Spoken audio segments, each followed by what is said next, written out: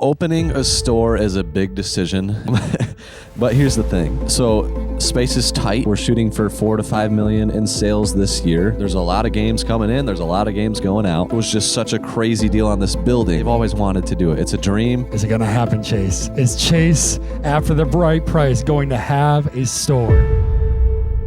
Hey guys, and welcome to the Resell Room podcast. This podcast is designed to help you start and grow your reselling business. I'm Thayne. And I'm Chase. And today we're going to answer the most common questions asked on Chase's YouTube channel. Let's get into it.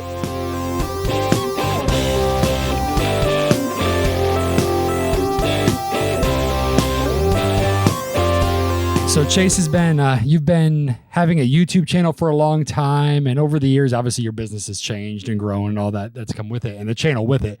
But there is seemingly, especially recently, always one question that gets asked over and over and over and over again. What is that? Will you ever open a game store?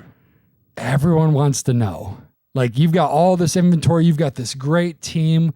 Will you ever open a game store? So before we dive in and answer that, I'd love to know, like, when you started this, what did you envision this business being? Like, go back 10 years. Did you envision it looking like it would today, or what did you think this would be when you started it? Man, that's a great question. I think I started full time about 9 years ago, soon after getting married and graduating college. So it was hard to envision what it could be. Here's what I thought it would be. I thought it would be, a business with eBay and Amazon, where I have a lot of good connections that I get inventory from, where this can be something that provides for my family in a reliable and consistent way. And after the first year, even, like, it kind of became that, right? Like, I was the main income for us early. My wife still had a little bit of college left, so we were dependent on my income. I was really happy with that, right? Like, going to garage sales, going to thrift stores, buying collections here and there locally and stuff like that. And then soon after started making videos, and that was for fun, like Retro Liberty, Riff, Ricky and the boys, and Game Chasers and people like that, American Pickers. Like, I was like, yeah, I'm doing that every week. Might as well start filming it and going out with my brother, going out with you, brother Dave, Al Pal, all in season 1, Sky Guy even. Back in the day. Yeah, Matt. Some of you guys might remember him many years ago, but that was just something that was kind of for fun, and I didn't really anticipate it getting anywhere as far as like business goes. It was more for capturing, just for the fun of it, like to be able to show your future kids, to be able to recall those memories, because from even when we were really young, you'd always love recalling, like, man, I remember when we found this at that garage sale, but we never had evidence of it, where now the YouTube channel started just so we could have evidence of those cool finds. It's so fun to be able to reference the video when there's one of my favorite stories. So yes, that was a huge factor. But a couple years in, I think that thing grew to like 10,000 subscribers on Chase After the Right Price, and started getting ad revenue, and I think it was like $300, $400, $500 a month. With weekly videos, and I was like, oh wow, as long as I'm pretty efficient with my editing, which I was, you were painfully efficient. The videos reflect that. They're still fun, but they're not produced by any means. They're just chopped and put together. Like, this can be actually something that makes sense for business, right? And then when we bought our first collection, this is from Sean in Columbus, Ohio. I remember Sean. Shout out to Sean. We bought, I think, 3 different times from him. Our first collection in the 5-figure range, I think it was about a $10,000, maybe it was $9,000 purchase right there. And it was scary and it was crazy, but this was a beautiful retro boxed Nintendo collection. And it was like, oh my gosh, this guy watches the channel. He reached out, and this is the best collection I've ever bought. That was the thing that was interesting early on, is you've never, like, we thought about the YouTube channel, it'd be fun to, like, be able to look back on videos and recall those scores. I don't think early on you ever thought of it being something that could actually add value to your business. No way. That was not intended at all, and it was a really strange, crazy thing that I didn't expect to happen. Mm-hmm. And it was amazing. He was amazing. It was an amazing deal. It all went great. And when we put that video out, People are like, the floodgates oh, opened. you buy collections? Oh, I've got a collection. And people are like, I've seen you at Disc Replay in my town in Indiana. Like, I know you're close to me. Come and buy my collection. Stuff like that. They saw that we were paying fair and stuff. And it just started this thing. So the reason I'm talking about that is because that's when it was like, wow, this is getting interesting. Yeah. Because the sourcing amount of hours I had to spend sourcing were reducing and collections were coming to me. So very fortunate and blessed and unexpected. Yeah. And that did lead to like, okay, this thing can scale, and how do I want it to scale? So that wasn't a question I really had to consider strongly until that point. Yep.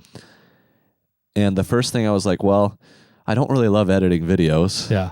And I do need help listing on eBay because I'm getting so much. So I always said I would never hire anybody, and then I did. Alpal was actually the first part-time, very part-time, 1 day a week hire, and then after that came Brother Dave. Well, and that's the thing is like when you started looking at it as something I could scale, you kind of looked at it as like, okay, what are the things that I'm really good at and how do I keep doing those things? Correct. And like for you, the thing you're really good at is you're really good at processes. You're really good at sourcing, listing, selling, shipping, and being really efficient with that. Connections. Yeah. The thing that you weren't good at was the editing, the YouTube side of it. Like that was correct. Big weakness. Yeah, big weakness. And it was not the thing you enjoyed the most. Like you enjoyed, like some people are like, man, I just want to go out there and film content and have fun and go to garage sales. And you love that. But it's you get a lot of satisfaction from actually doing the grind, doing the thing, owning a business. I still love doing the thing, right? So yeah, that was a big problem I wanted solved, and Brother Dave was far better at editing than me. Sure. And he came in, and that was part of his job, but it was still a focus on efficiency and getting things out there quickly because I needed his help on selling too. Yeah. And then I think getting him kind of opened my mind to like, okay, there's more possibilities here. I might hire another person, probably never go to 3 or 4.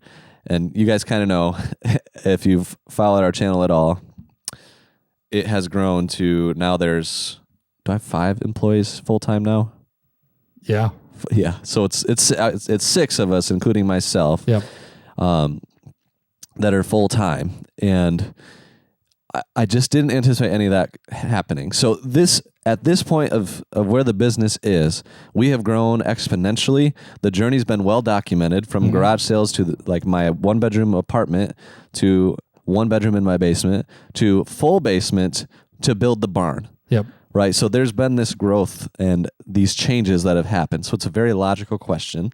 And you've kind of gone, it's been fun to watch you kind of from the outside looking in with this process, is because you started way back when of, hey, this is gonna be a one-man show and I'm just gonna do this myself and I'll be able to make enough to support me and my family and it'll be good. And so you're like, I'm never gonna hire. And then you hired. And then you're like, man, it's only gonna be me and one other person. And I think that's gonna be it. And I think we're just gonna be able to operate in my basement. And then something changed again, and then something changed again. So there's been this process of like, man, I don't know if we'll scale to that point, but then you keep having success and it keeps growing and things happen that you didn't think happened. So before we even answer are you going to open a store question, because you've been pretty consistent in that, why do you think it's valuable for someone to even consider something like that? Like, why would that question come up for even other resellers? Opening a store is a big decision and a big time consideration, all these things. So for me, there's usually like 3 or 4 reasons that someone might open a store. 1, they've always wanted to do it. It's a dream. They love the community. They love just that aspect of it. Local people, getting to know them. And I get that. That's very fun. Connect with people, all that. And we've had some people on our Discord that's been the reason they opened a store. Michael and Retro Game Rescue in St. Louis, Alex, he's just always dreamed of it, and he loves it. And Michael Nerd Nation is similar, but he opened it for another reason, which another reason for him and for others is a way to get rid of excess inventory, right? Like sourcing, like you can source that scale pretty effectively. You've made a lot of connections and you just have all this stuff. Can't possibly like find the time to get it all sold on Amazon or eBay or whatever. And so the store is a great solution to that. And I think this is this is a very valid solution to that problem. Good problem to have, right? And then, other reasons might be, wow, this was just such a crazy deal on this building, or this game store was going out of business and they wanted to sell it all to me for an amazing deal, which is kind of what happened with Retro Rick. And he had, he could obviously see like, this is going to be great for content. This could enable me to be able to stay at the store more and make videos and not have to travel as much and spend more time with family. That's part of, so like, there's a lot of reasons to do it. And I think Caleb most recently, Phoenix Resale has announced that he is opening a store. Super excited for which him. was pretty surprising. Yep. Because he said he never would. He said he never would, and he's been saying that for years, including as recent as 2024. Yeah. As he has stated. So this, I think, with Caleb, shout out to you, man. We're going to have him on the pod here soon. We're going to talk about that in a future podcast. But him opening the store is like, all right, Chase is next. I think that's what people are thinking. The comments started flowing in. Naturally. So my answer to that question is it going to happen, Chase? Is Chase, after the bright price, going to have a store? No. Oh. And everybody's like, well, so that's what everybody else said. But here's the thing. For me, and the vision for myself and my life and my business, that just doesn't align with where I want to go. Sure. And I think it is great for certain people. I do not think it would be great for me. Yeah. And the crew agrees. That's the other thing. Nobody here wants to open a store. Alpal, Sky Guy, Matt, Nolan, David, none of them are interested in that either. So that supports that as well. But here's the thing. We do still have some of these problems to solve that people that have opened a store. You talked about the inventory side of it, of having too much inventory and running out of space and running out of maybe even some avenues to sell those things and having to get creative with that. The content side is obviously YouTube's become a big part of your business as well. And so creating content like Retro Rick, it's a great content vessel. So you still have a lot of those same tensions, but you've just had to approach them a little bit differently. So talk about that. Yeah. So the big thing for us, and I'll say another reason people open stores, and I can't remember if I said this, is to get inventory. Right. So level 5 of sourcing, as we talked about in a recent podcast, is you put yourself in a position where inventory comes to you without you pursuing it. So that can be done a number of ways, but most notably social media or brick and mortar store. People bring in stuff to trade in, right? So those are the two most dominant ways. I think there's a couple other ways it could happen, but to me, like operating at level 5 of sourcing is where your business is very scalable and things get really interesting. And so we're there, right? Like we get contents through the collection buying, through the Buylist, through different opportunities. I don't take that for granted. It's something that I'm very thankful and blessed for. So I don't need a store for that reason, right? Yep. But I could need a store for the excess inventory reason. Which has become a real thing. It's a real thing. We have limited space. We're in 17 to 1,800 square feet in this barn. I think it's 1,760, including the upstairs here.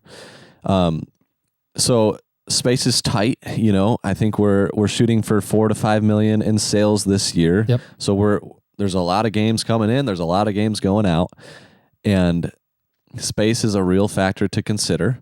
So like a store could help with space too. But a store is also going to cost several $100,000 to get up and get running. And especially if we went from ground up and tried to build something. It's a lot of work. Or I'd have to get a lease, and I'm not real interested in that extra expense either. But the excess inventory is a real problem, and it's a good problem, as I mentioned. And the way that we are currently solving that is, one, Whatnot. Whatnot has been huge. It is huge. Our business needs it, and people that hang out with us on Whatnot generally love it. Like, it's very fun. It's a great community. It's a great way for me to connect with people, and I love that. So it solves that for me a little bit too.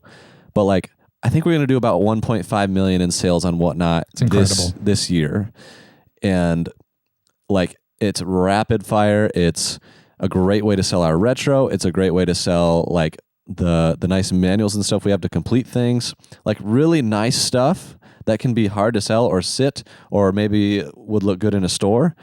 Our solution for that is Whatnot. That's a big part of it. Well, and you've done it, your Whatnot audience is even shifted in a really cool way to where, yes, you still have a lot of collectors in there and people that are going to be very condition specific about the things that they want to add to your collection. And you've built a trust. And even we talked about with a recent podcast with John is he talked about like, hey, when I bought something from you, I could trust that it was going to show up in the way that I expected it to show up. And so you have the collector side of it, but you also have resellers who are coming into your Whatnots and are able to make profitable money Happens from all the time. Those purchases. Yes. And you win, they win, everyone wins, and the product keeps going. Yes. I love that. The win-win deals are amazing. So that's a big part of it. But even with that, we still have a lot of extra inventory, opportunities of sourcing that maybe we'd have to say no to if we don't solve how to move stuff. Yeah. So a big part of the equation that we've been working on a lot this year is establishing partners.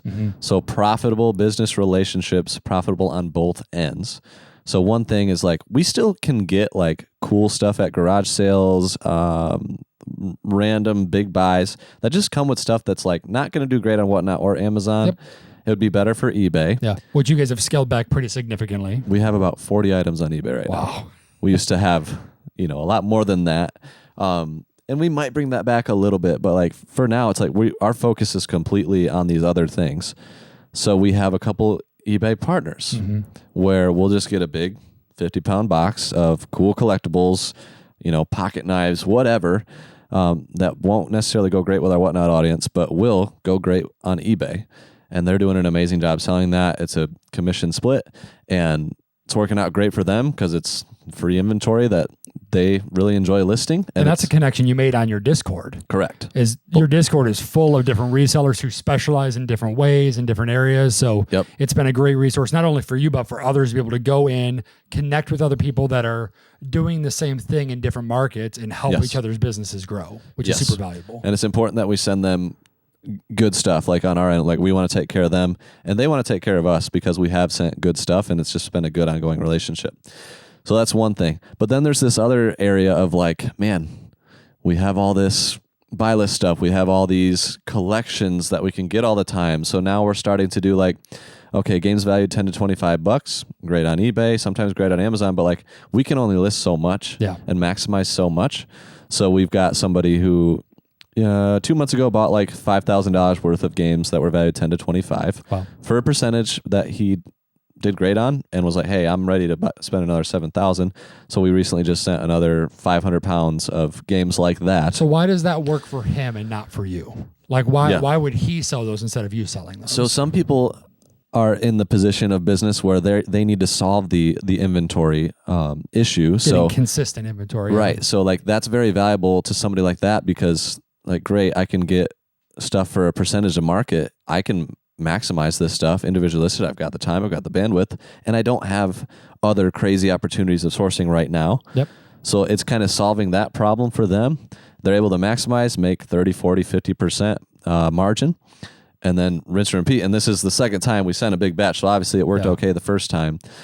So that's another way. And then we have some other things that are kind of potential big plays in the mix that I can't like go into great detail right now because they're early. It's cool developments though. But yeah, there's stuff that's like that we're very excited about, and it's been a big focus for us because I think it's important to reflect on your business. And you highlighted this a little bit earlier, but like, what are the things that I love? What are the things that I'm best at, right? In my business, what makes me unique, different, special, whatever. And I think you can honestly self-reflect and kind of like maybe come up with your top 3 things. For us, we kind of realized like, we have a unique sourcing opportunity with this YouTube thing that we've been blessed with. We have a unique ability to market.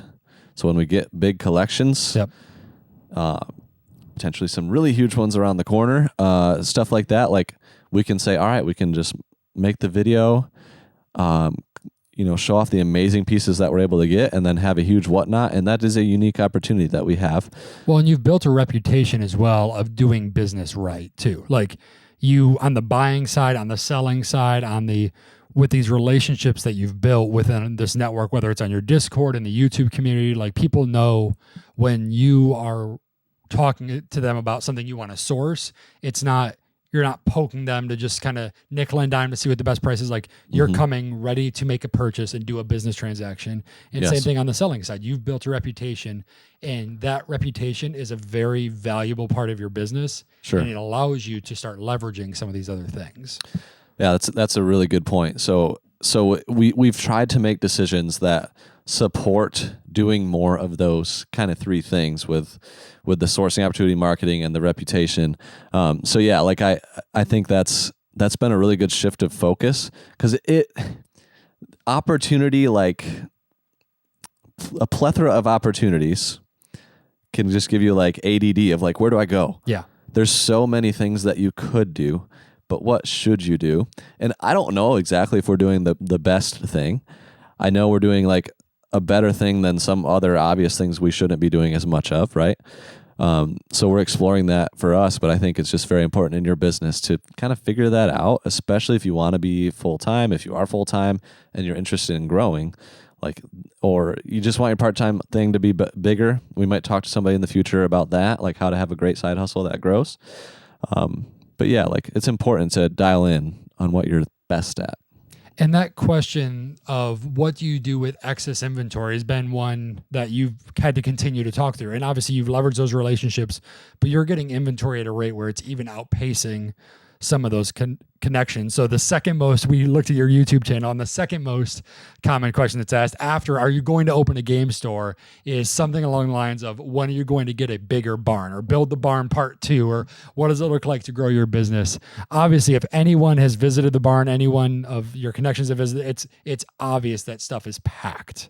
Like you've got so much stuff, you've got good systems, but where is your mind right now in mid 2025 about what it looks like to expand your business, even if it's not a game store? Yeah, it's a very good question. Did you build the barn too small?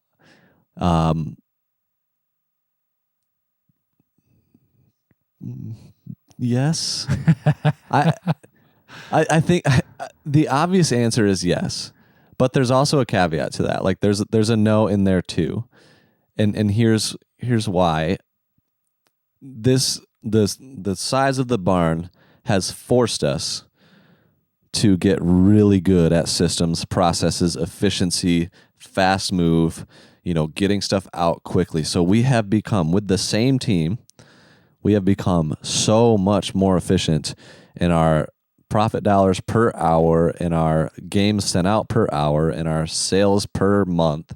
Like everything in that is, we just been forced to figure it out and get better. And I love playing that game. I love figuring that out. Like, well, because you buy smarter, you sell smarter. Like every game store in America you walk into, well, not every, most game stores in America you walk into, and they've got their show floor, and then you look back behind the counter, you look back behind the curtain, and there's just piles of stuff. Because if people have space, they just feel like, if a deal comes in, I gotta fill it, I gotta buy it, it's opportunity. And your limited asset of space here has forced you to pass on some deals that weren't the most profitable and helpful for your business, and process deals at a speed and at a rate that kind of keep you on your toes. You have not had the luxury of getting lazy in this business. Yeah. So I think it's generally true that if you have the space, you will fill it. Yep. I think there's probably some examples of where there's 20,000 square foot warehouses that are very spread out, very beautiful processes, very well organized, and not just cluttered. And please send me some of those if you know, because I want to see the tour and the structure of how they did that. But the obvious next question is, should we build a bigger barn, or buy a warehouse, or scale things up that way, add more people, that type of thing. And that's still something that I'm pondering. Sure. I'll say this. I'm way more open to, if somebody said, I've got a 7,000 square foot space, it's 5 minutes from your house, and I want to sell it at 70% of market, and I'm not going to put it on the market. Are you interested? Yeah. 1 year ago, I would have said, no, that's not where we're at. Yep. Right now, I'm like, I would consider it. But obviously that is a very like, it probably won't happen type of situation. Stranger things have happened, though. You've said a lot of things won't happen, and they've happened. That's very true. That is very true. So, and I think some of the reasons like are, it would be really nice to be able to ship and receive pallets really easily. Sure. I can see some opportunities there for sure. It would be nice for us to have just things more spread out, less cluttered, just more space in general to do things. But the thing with me in business is I've always grown at the speed of cash. So that's one thing. We might, if we ever do build the warehouse or whatever it is, we would have a crazy couple months on whatnot. And like, we would figure out a way to do it very quickly if the right deal came up. But the right deal has not come up. And I think the right deal is very, very specific. And I don't think I really want to build because we've talked to people and they're like, it will cost you 2x at least to build than to buy a space. So yeah, I don't know, man. And it's just that constant reevaluation, like you said, like looking at your business and finding here's the things that I'm good at, doing those things to your best of your ability until honestly you're in a position where not making a move is going to be detrimental to your business. Yeah. The caveat to that is making the move in a way where it doesn't add undue stress or pressure to your business. Because when you have a lot of pressure or you have something external that's pressing on it, whether it's a loan or payroll or whatever it is, those pressures make you make less good decisions. Like people don't think as clearly. Yeah. And for you, that's part of it is like right now you're able to control a lot of the aspects of your business because you can pace how much stuff comes in. You can pace how quickly you sell stuff. You can pace what workers are working on what things at what times, where whether it's a game store or moving into a new space too quickly, those things can start to get away from even the best of leaders. So I think that's a big deal. Yeah. I love to dive into that a little bit more because, it's highlighted tidbits in our videos and we've talked a little bit about similar topics, but like the question of why should you scale your business? Why is one that is at the top of my mind consistently. Yeah. And I think that is a question that is not used enough. Yep. I think it's if you can grow your business, great. If sales can grow, great. How and why? Yeah. Those are just immensely important. This is James Clear, Atomic Habits. Every decision you make is a vote towards the person you want to be. That quote, like, I might, it's very close to what it is. I might have slightly off, but the point of that, like, who do you want to be? Who are you? What is your identity? Right? Like for me, it's like, I am a son of God. I'm an honorable husband, honorable father, and everything else, good friend somewhere below that, but a pretty good jump. Right. And then like in business with integrity, all that, even below that. So like my decisions, every decision I make should be a vote towards being a son of God, an honorable husband, honorable father. And I think you need to figure out what your identity is and what that means for you, for your situation. But like within that context, the question of why should I grow the business and how becomes very different. Why? I think it can be really cool if the why is to better support my family, to be able to be radically generous with a very specific plan. Yep. Because a lot of times you say that, you don't back it up, right? This is a self reflection and challenge here. To be able to be a good, honorable father and husband in my time and priorities. Yep. So I need to make sure that I'm working the amount of hours that I said I would work. That's 40 to 45 a week for me. And I'm pretty firm at that. If I travel, I'm taking the days off that I traveled the following week so that there's a bit of a balance there.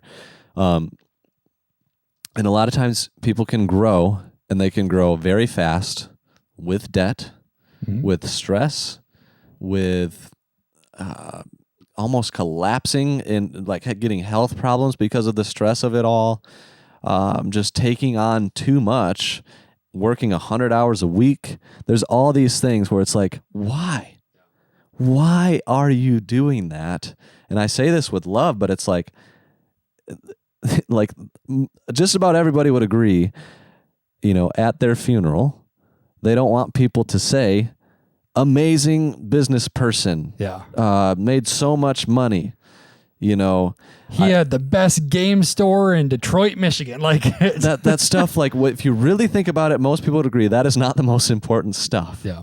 And if you do, I don't know. Maybe we can have a conversation about that. But here's the thing: when my dad, he passed away when I was 7 years old, and he was an amazing, amazing father, amazing husband, amazing man. He was incredibly smart. Mm-hmm. Brilliant.